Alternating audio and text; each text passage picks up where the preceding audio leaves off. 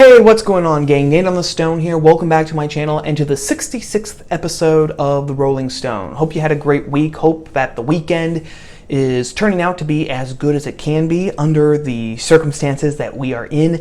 Now, before we actually get on to the video, we need to go through a little house cleaning first, because you're probably wondering, why wasn't there a video released on Tuesday or Wednesday, which seems to be when a lot of our regular videos are getting released lately.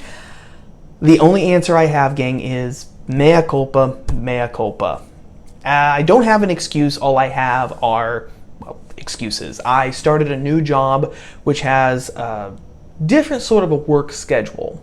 Okay, I'm not going to really get into the fine details of it, but needless to say, it's something that I've been getting used to the past week. And on top of that, adding on to that, converging with that, I actually had a video recorded, but as luck would have it, when I actually went in to edit it, I found that the entire middle part of it, about 20 minutes of raw footage, was gone, completely disappeared, which just reminded me that modern technology, when it works, it's great, it's wonderful, it's like a magic lamp from the Arabian Nights. Sorry if that's mentioning that is white supremacist, but when it doesn't work, it is the devil's stepchild on steroids. So that's the excuse that I have. That's why for the first time in 2 years there was not a regular video posted on Tuesday, or again on Wednesday. I apologize again. I will be re-recording that video and posting it up for this coming week's video. So with that apology and that house cleaning out of the way, we can get into the nitty-gritty of this episode of The Rolling Stone. We are continuing to live in the great bonfire of our civilization, as Mark Stein calls it. And if that bonfire of civilization just took another sharp turn to the left, because what we are now seeing is a narrative on the left which says that if you actually try to reestablish law and order in these cities where law and order no longer exists, you are basically a Nazi. So to set the stage, this started in Portland, Oregon. Portland, Oregon has been one of the nuclei of chaos since the death of George Floyd. For 50 plus nights, continuous 50 plus nights, there have been riots, there have been looting, there have been burnings, and there's been $23 million worth of damages, both to public property, to businesses, and just with businesses shutting down or just pulling up stakes and leaving, because they're saying, heck, we're not going to put up with this, and other businesses are going to say, heck yeah, why would I open up a storefront? Why would I set down roots in this community when every night mobs of people, sometimes 2,000 of them, are going to be raging in the streets? So that has been the situation in Portland, and neither the state officials of Washington State nor the local officials of the city of Portland itself have really done anything to stop these riots, because again, like I said, they've been continuing for 50 continuous nights. And now it has gotten even more serious, because this past week the rioters, or as I like to call them, the insurrectionists in Portland, they were actually laying siege to the federal courthouse in Portland, Oregon. They were charging the barricade that the police had set up.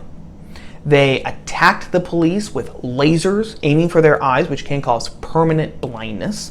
They were shooting commercial fireworks at law enforcement officers, as well as some Molotov cocktails, and setting fires, and the usual, you know the routine by now. That's what they were doing, which eerily recalls to mind the French Revolution. If you remember, we just passed Bastille Day a little over 2 weeks ago. That's France's Independence Day. It's called Bastille Day because On July 14th of 1789, the French revolutionaries, the Parisian mob, lay siege to the Bastille, which was the old prison in Paris.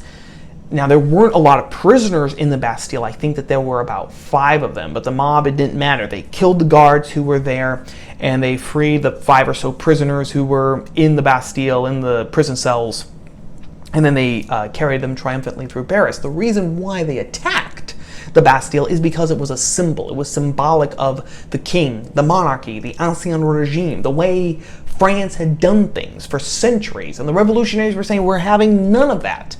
This is something new. We're starting from scratch, year 0. Therefore, this symbol of the king's power, his might, his majesty, as well as the traditional government and system and culture of France, it's gone, because later on they demolished it. They completely demolished it, which is why you can't see the Bastille anymore. And the Portland rioters and insurrectionists attacking the federal courthouse eerily is the same as the French revolutionaries attacking the Bastille. Which means that not only is this a violent riot where people are being assaulted, people are setting fires to public property and to businesses, and there's looting and burning, but this is actually a full-scale insurrection. This is a full-out revolution now. Okay? Wanted to lay that groundwork very, very carefully, gang.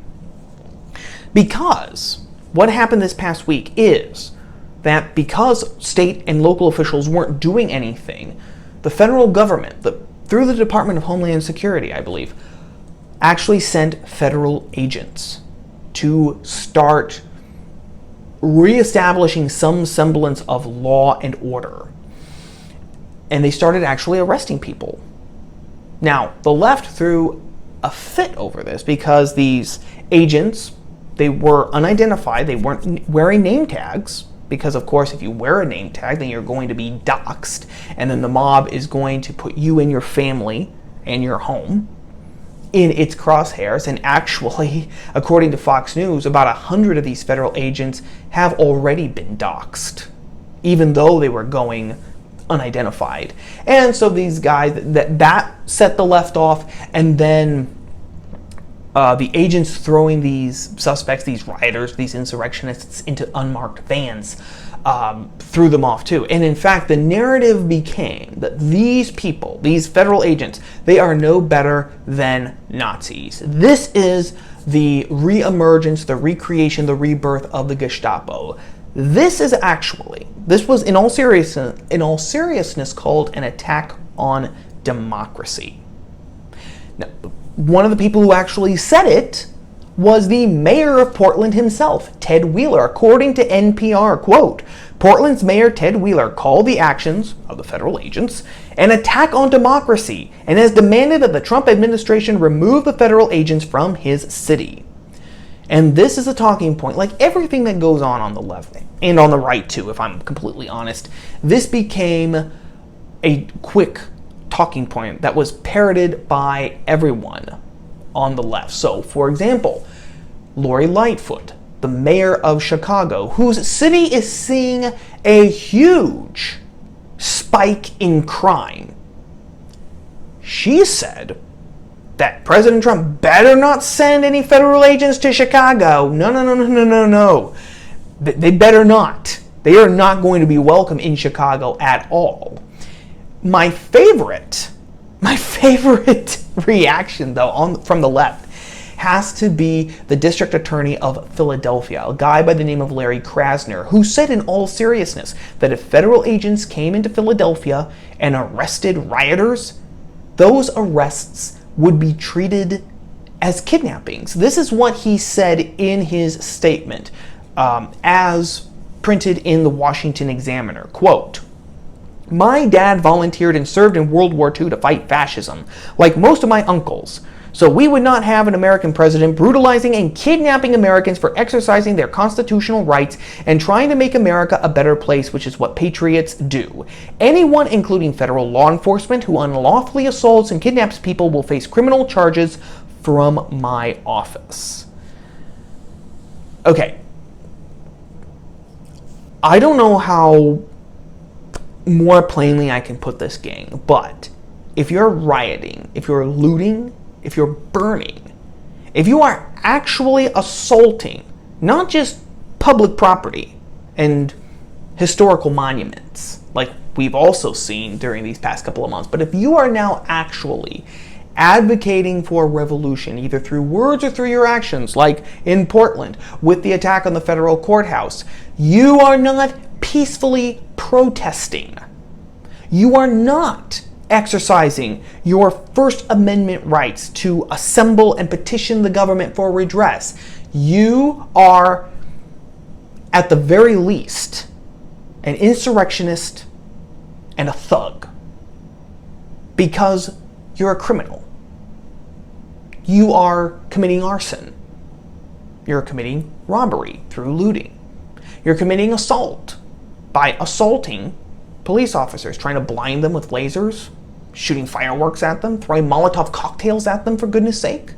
And all because they are police. It's for the simple fact that they are police. And they are actually doing their job and trying to keep public order and trying to stop you from destroying property and destroying lives and assaulting other people. Okay?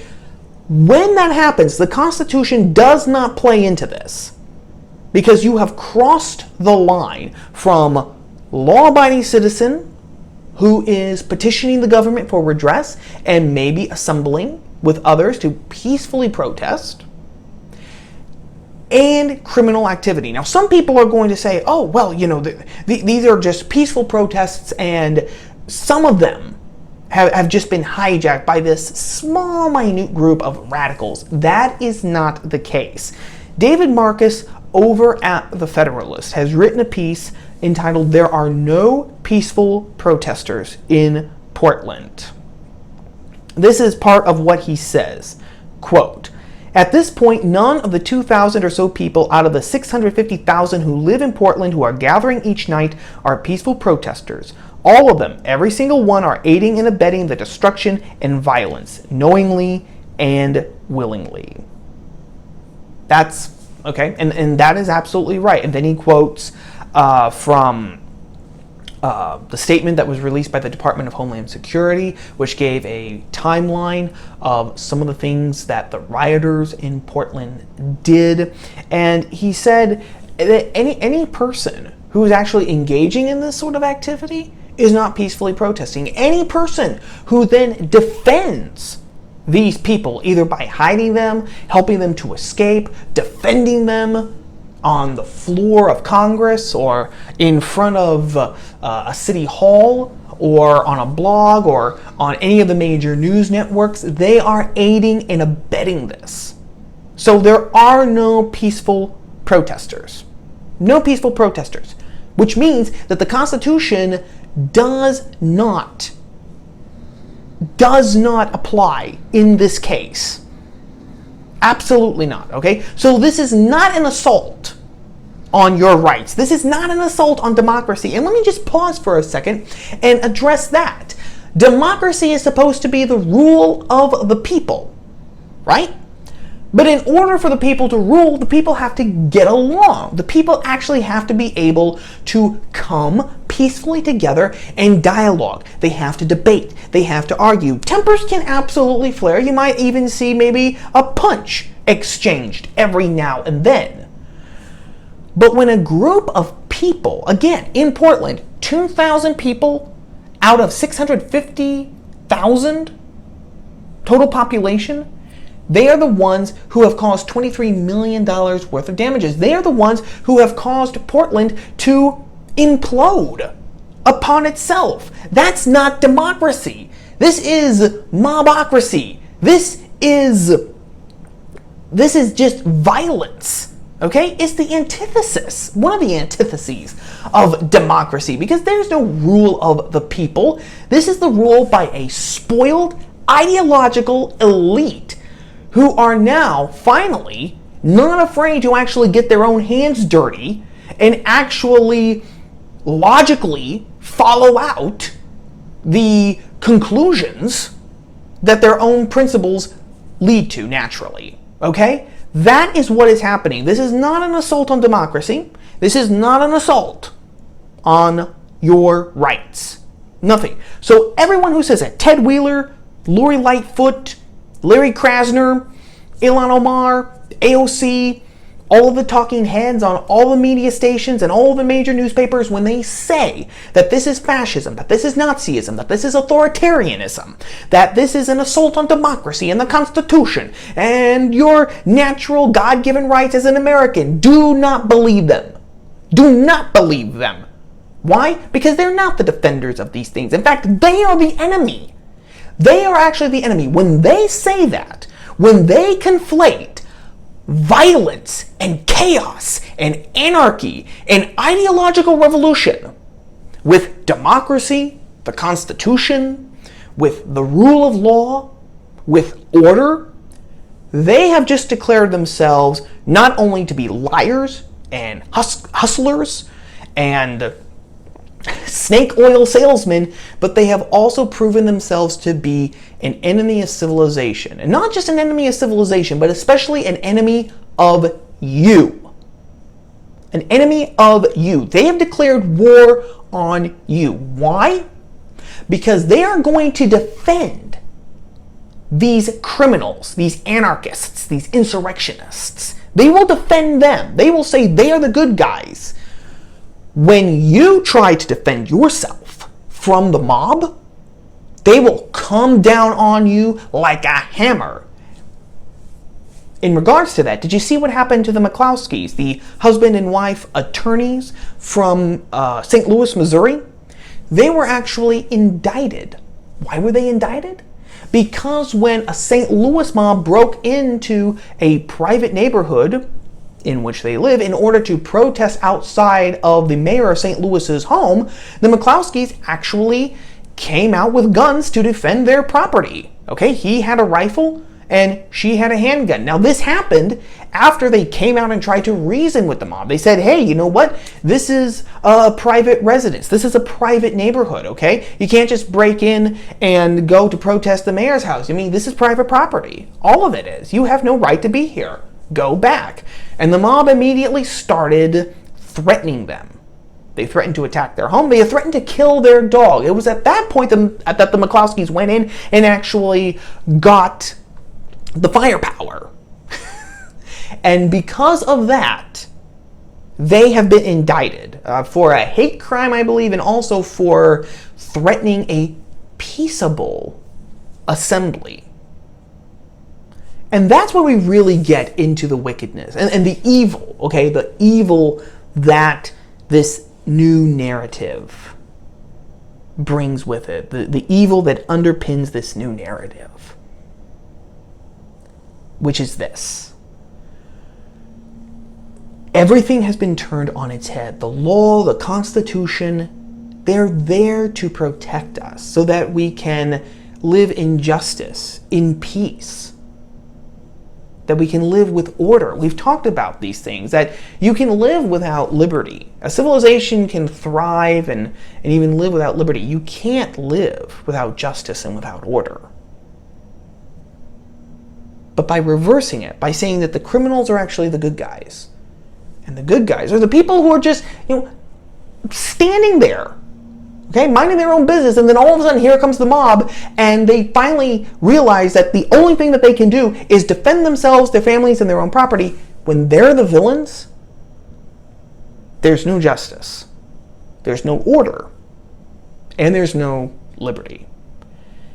And at that point, you got to realize that we are on the knife's edge of either saving civilization or going completely down the well of totalitarianism of some form. Probably something that would look very similar to the French Revolution. Not exactly the same, but very, very similar. The parallels are not encouraging at all. That is story number one.